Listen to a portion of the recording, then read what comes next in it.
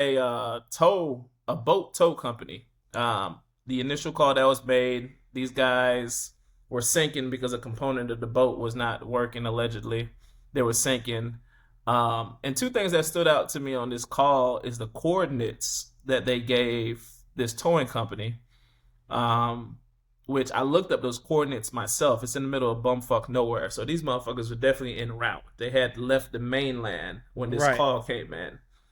So that stood out to me. And another thing that stood out to me is some of the voices that were, in the background, right? Mm, Now you have a unredacted version and a cleared up version. The right. unredacted version is the version that the towing company released themselves, right? However, somebody by the name of Janetta Brantley, apparently she's out of Houston actually. Yeah. She is a audio engineer and a sound expert and filmmaker. I looked up her business and she's been in operation for over 10 years. So these look like some very legitimate credentials. But essentially, she went on the internet and she talked about how she cleared up that audio without using AI technology, right? So Right.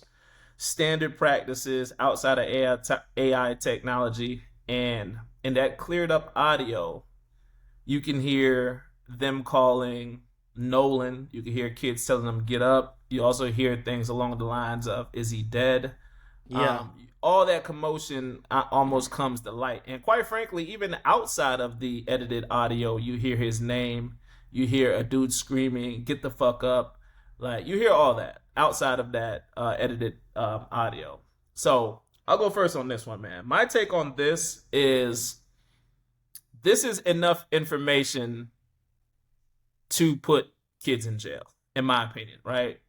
Because two things this tells me. With those coordinates being in the middle of bumfuck nowhere, and with them screaming his name and telling He him to wake up, he was on that boat. his body was in their possession, right? Now, as far as them truly saying, is he dead or is he not dead, we can't really make that out, right? But we have enough information to know he was at least unconscious With him. while he was physically in their possession, right?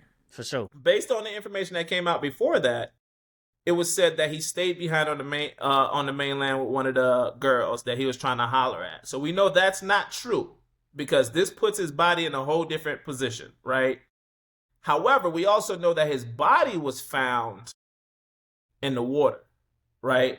Correct. That's what I was So gonna get that to so next. that would lead me to believe They that got he they was got unconscious or either dead, and if he died on the boat, whatever happened is manslaughter because it still led to his death.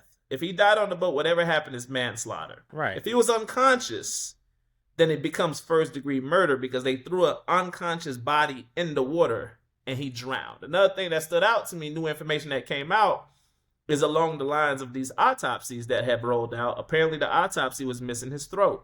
The reason why that throat is important is because it's going to let us know is this cause of death drowning or asphyxiation or choking or whatever it is, right? Yeah. Whatever that proper term is, medical term is, asphyxiation or whatever it is. But essentially, I went down a rabbit hole with that too.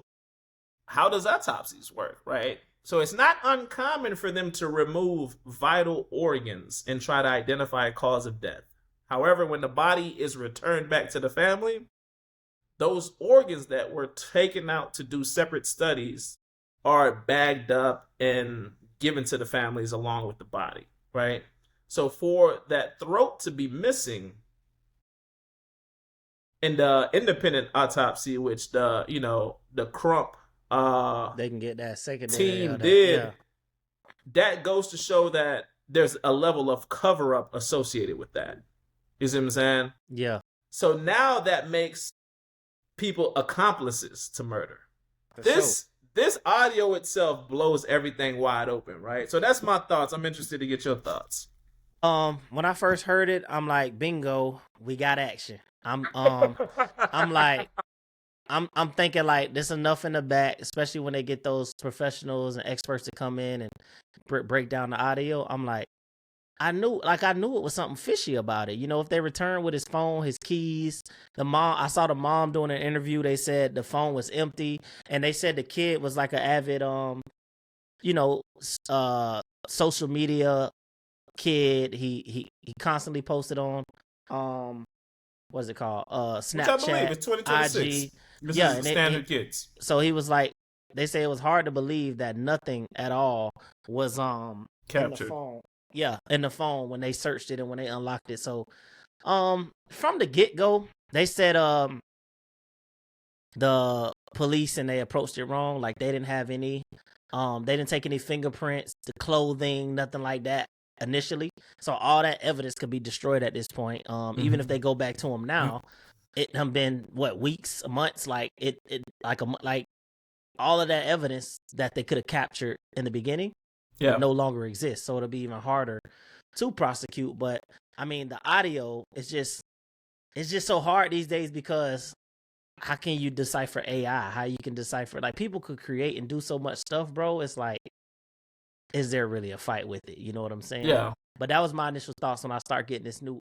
Bro, it always come out, bro. If it was gonna be 3 months down the line, 6 months down the line, like when stuff don't add up, it just don't add up.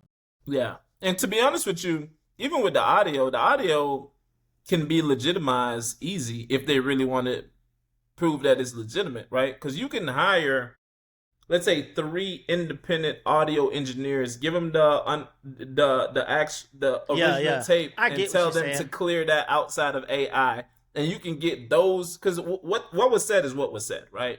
Because like I said, even outside of the editing, even outside the editing with the lady, what I can make out is they were screaming his name, which puts them at a location. He gives a coordinate, which I looked up. That coordinate is in the middle of nowhere, so there's no land. He wasn't at the island. Yeah, right. He wasn't at the island, and you could hear Buddy in the background say, "Get the fuck up." You see him saying, "Nola, get the fuck up." Like, wake the fuck up. Like, you can hear that dude saying that in the background.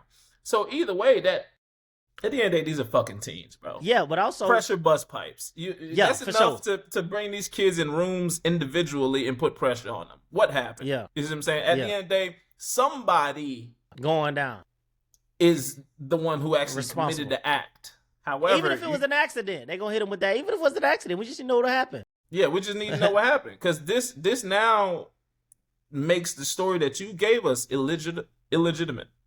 It's no longer legitimate. My only other thing is, bro, like, money is power, and depending on who in that little county or, you know, over, bro, they can control, they pay off court. Bro, you done seen it all, bro. Coroners have been paid to give false reports. You done seen detectives. It's always, you know, police, how they write up their statements, like everything be, you feel me? Like, yeah, don't get me wrong. I don't know, bro. And there is, I don't have no faith. There is an element of power associated with this, because one of the moms is a judge, so there's an element of power, to your point. However, first and foremost, shout out to Nancy Grace, right? Shout out to Stephen A. Smith, which I've heard speak out on this, and shout out to the Crump attorney and his firm for really putting this level of pressure in demanding answers, right? Right. But one thing that did stand out at me is how I'm seeing TMZ reporting this. And I don't know, and I'm not here to speculate, I don't know what's going on with TMZ. But it seems like TMZ is reporting this with a level of bias that almost behooves the kids, right? Like, something about how they've been reporting this don't sit well with me, right? Because I've been trying to follow these big networks. And I want to make sure they're saying the right things, which push for justice. And something about how TMZ has been covering this hasn't been sitting well with me. But yeah, shout out to Nancy Grace, man. Nancy Grace has had their foot on their neck. You see what I'm saying? She's been talking about this. I watched it earlier on the way to work. Yeah, and that's kind of what these parents need. Listen, at the end of the day, there's nothing that's going to bring this child back, right? This family is going to feel a sense of grief and a sense of emptiness that will forever be there. However, there's a thing called closure that's truly going to help people grieve a little better, right? And a part of that closure is finding answer and holding people accountable, right? Yeah. And that's all these parents, I'm sure, are looking for, some level of closure. So also shout out to the parents for not subscribing to some of these scare tactics that I've been reading about. They said the mom is a nurse practitioner, allegedly has her own practice. I haven't verified that, but apparently people have been leaving bad reviews on her business, essentially economic attacks on her business on some, yeah, don't come here for service. She's not a good health professional. Apparently, all these things have been happening. I'm like, yo, she's the victim. Like, why are you guys attacking a victim who lost their son? You see what I'm saying?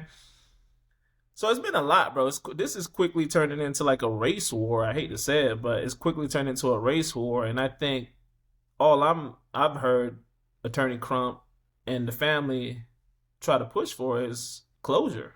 We need to know what happened. Something happened. And we need to know what happened. But when Crump and all them get involved, it turned into a shit show celebrity. It turned into white versus black. Those just the constant cases they pick up anyway. So you got to expect that with it. Period, point blank. I'm with you. We need to know what happened. Somebody need to come and tell the truth. What could have been done to prevent this? Also, what measures going to be in place for next time when things like this happen, especially going out to the island? Because I was reading the timeline. It says something like they left because the boat has the coordinates. They left and they got there like an hour and 13 minutes from the time they left, and the island is closer than that or something like that. It shouldn't have been out on the water. It was a whole bunch of stuff when they gave the timeline. So I'm just either way, man, when you give those exact coordinates, you had to look it up. That's not something you just know. You have to look it up, right? Correct. So for you to give those exact coordinates, we can all look up those goddamn exact coordinates. Like I said, it contradicts two things. One, it contradicts that this dude was not in your possession because your guys were clearly trying to wake him up or make sure that, he was only unconscious and not dead. And two, it also shows you guys were in the middle of nowhere. So at the very least, he was thrown over. We could assume he was thrown overboard before help got there. And another thing, too, they was asking him, hey, do you need a Coast Guard? And he declined that. You see what I'm saying? The boy voice, you could hear clearly.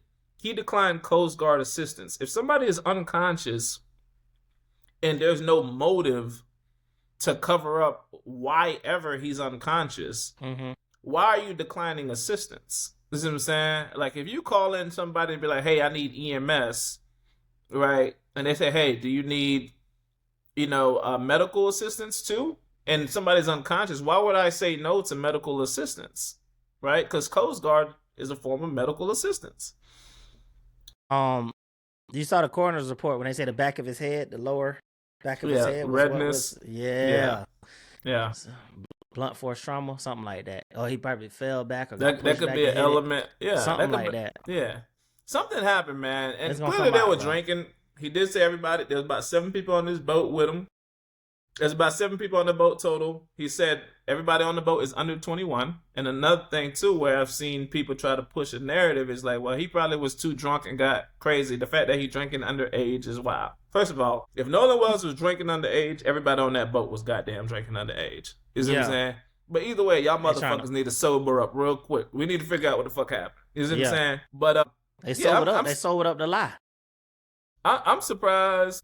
Then again, it's Mississippi, man. Racially rooted state, deep south. A couple years back, black people got a W with the chair brawl. This time, I guess they trying to get their revenge, man. Covering up a murder. Nah, man. I mean, I don't know, bro. Because if that was his friends, his real friends, people he grew up with, I'm just trying to figure out how the situation even got to where it got to. Yeah, the moment you start and I'm thinking, bro, it's so many people out there, bro. Like, they would have had to see, like, if people stayed behind, people left. It seemed like it was like a big event where a lot of boats pull up to an island. How is he the last one, sole one there? Somebody had to see something, bro. That's what I'm saying.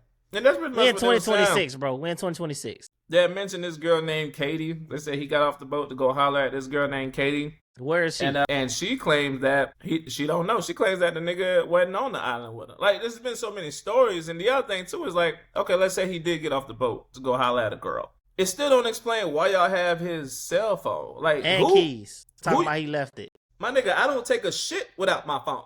Like, who the hell going to holler at a girl without their phone? That's what the mama was saying. Like, he always have his phone, even to the point where, like, he'll ask her to take a picture before she go to bed. Like, he was always on social media heavy, and I watched that earlier as well. So, like, how he don't have his phone? I don't go into the bathroom. Wasn't no service on the island, but then Nancy Grace, she was on Officer Tatum head talking about, you didn't have service or you did have service? Well, I did have, so you only can make a call, not for social media. So you just said you didn't have any service, but you do That's what have I service. said. Like, she Shout was out on to his Nancy head. Grace. You Bro, see she what I'm was on saying? his head, And bro. the thing about it is, He wasn't making no sense. He was lying too. if he got off the boat to holler at a girl, you don't need service to take down somebody's phone number. You don't need Yeah. service to even if your Instagram is not working. Granted, he's a young boy, so he's probably like, "Hey, let me get what's your Insta." You Yeah. don't need service to pull up notes and add somebody's Instagram tag. So when you do get service, you know you look them up or follow them on social media. It still don't make sense as to why you have his phone. Like I said, as a grown man, I don't go in the bathroom and take a shit without my phone in my hand. So I don't see how somebody under the age of 20, 21 don't always have their phone. Especially if the mom can attest to his character and who he is. Like, he was very social media friendly. And you see, they can't paint a narrative as far as a thug or anything like that with him, because it's just one of those things where, you know, they gotta go on the other side of things to try to get what they can across. Like, they gotta come up with lies. It's hard. It's gonna be hard to fight it, but I think it's very crucial. Like, I don't know if you ever watched First 48. In that first 24 hours, bro, the evidence and the getting the people to talk and everything's fresh and happening and getting the details is so critical. But it's to the point where I think they missed out on a lot of evidence and a lot of key critical information, bro. I think you have enough. Bro, criminal justice background speaking here, right? Who, what, where, why, right? We have the who and the what, right? The who is Nolan Wall. What happened? I mean, Nolan Wells. What happened? He's deceased. That's the who and the what, right? When you talk about the where and the why, we have a coordinate based on a phone call that tells us where his body was last seen, right? Yeah. Whether you want to believe what was said in that, we know there are certain things we can hear, and we can hear his name being called. I think this audio we can hear. We can hear him say, "Get up," right? So we have the where right there, right? Then you got to ask yourself the why, right? So the why encompasses the cover up. It encompasses what led to him being unconscious.